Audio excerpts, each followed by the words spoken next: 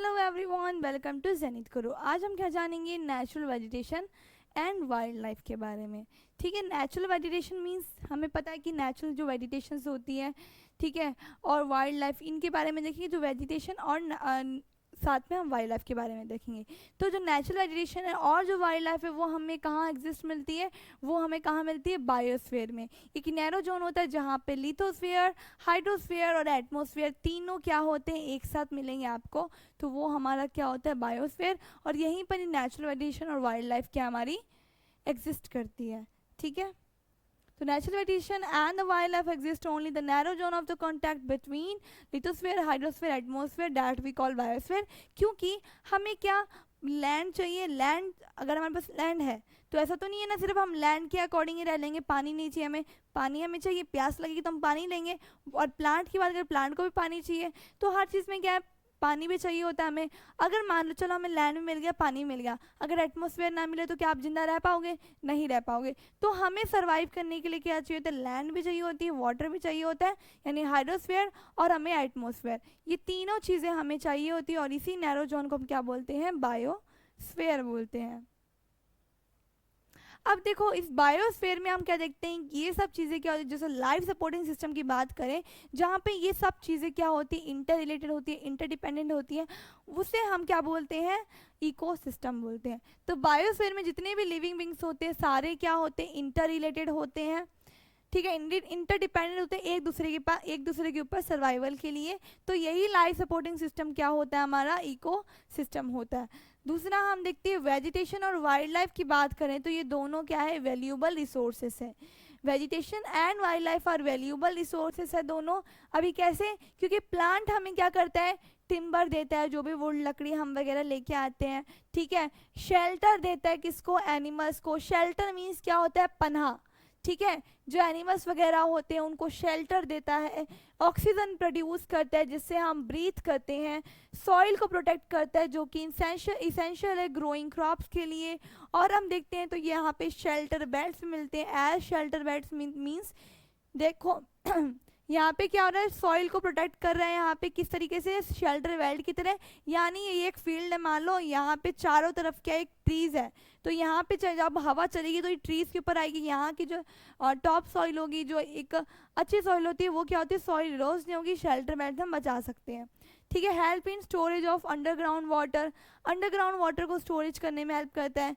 Fruits वगैरह देता है, nuts, latex, turpentine, oil, gum, medicinal plant, also the proper that so essential for your studies. हर चीज़ हमें क्या मिलती है, यहाँ से प्लांट से मिलती है। यानी पेपर भी हमें कहाँ से मिलता है, प्लांट से मिलता है, जो हम स्टडीज़ में भी यूज़ करते हैं। तो जो प्लांट्स है, बहुत सारे इनन्यूमरेबल यूज़ है प्लांट्स के, जिसमें आपने इतने सारे देख लिया, अभी और भी आप इसमें ऐड कर सकते हो। ठीक है, इनन्यूमरेबल मतलब बहुत सारे, इतने कि हम गिन नहीं सकते। अब देखो यहाँ पे हम क्या देखेंगे, वाइल्ड लाइफ के बारे में बात करते हैं। तो wildlife includes animal, birds, insect as well as aquatic life forms. ठीक है, वाइल्ड लाइफ में क्या आते हैं, एनिमल्स आते हैं, बर्ड्स आते हैं, एक्वेटिक, ये सब जिसमें किस में आते हैं, वाइल्ड लाइफ में आते हैं।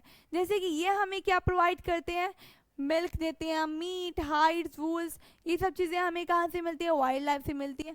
ऑल्सो जो इंसेक्ट होते हैं वो पॉलिनेशन के प्रोसेस में भी हेल्प करते हैं, जैसे कि बीज होती है, बीज प्रोवाइड अस हनी, और क्या करती है, पॉलिनेशन ऑफ फ्लावर्स में हेल्प करती है ये। And have an important role to play as decomposer in the ecosystem.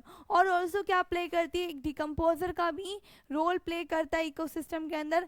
अब बर्ड्स की बात करें तो जो बर्ड्स क्या करते हैं, जो इंसेक्ट को खाते हैं, act as a decomposer as well as. जो बर्ड्स होते हैं वो भी क्या है, डिकम्पोजर का काम करते हैं। जो मर जाते हैं छोटे छोटे इंसेक्ट्स वगैरह, तो उनको कौन खाता है, बर्ड्स वगैरह ही खाते हैं। एक हम बात करते हैं वल्चर की, इधर जो एक स्क्वेंजर्स है, ठीक है, इनकी हम बात करें तो जैसे कि कोई डेड एनिमल्स होते हैं, उनको खाने के लिए कौन है, जो डेड लाइफ स्टॉक होते हैं, इनको ये वल्चर्स लोग खाते हैं। ठीक है, तो ये लोग फीड करते डेड लाइफ स्टॉक को। ये कि एक क्या है, स्क्वेंजर्स है and considered a vital cleanser of environment, यानी इंपॉर्टेंट क्लेंजर ऑफ इन्वायरमेंट, मतलब इन्वायरमेंट को क्लीन रखने के लिए भी ये बहुत इंपॉर्टेंट रोल प्ले करते हैं। ठीक है, ये जो एनिमल बिग और स्मॉल और are integral to maintaining balance in the system, यानी इकोसिस्टम, यानी छोटे हो या बड़े हो, मतलब कैसे भी हो वो साइज में, वो सारे, जैसे हमने बी देखा सबसे छोटा है, वल्चर की बात करें बड़ा है, तो ये सारे क्या करते हैं, इकोसिस्टम को मेंटेन करने के लिए, बैलेंस करने के लिए, क्लीन रखने के लिए ये सारे हेल्प करते हैं। तो क्या आपको पता है जो वल्चर है ये मतलब इनकी डेथ हो रही है किडनी फेल के वजह से। क्यों हो रही किडनी फेल की वजह से पता है? क्योंकि एक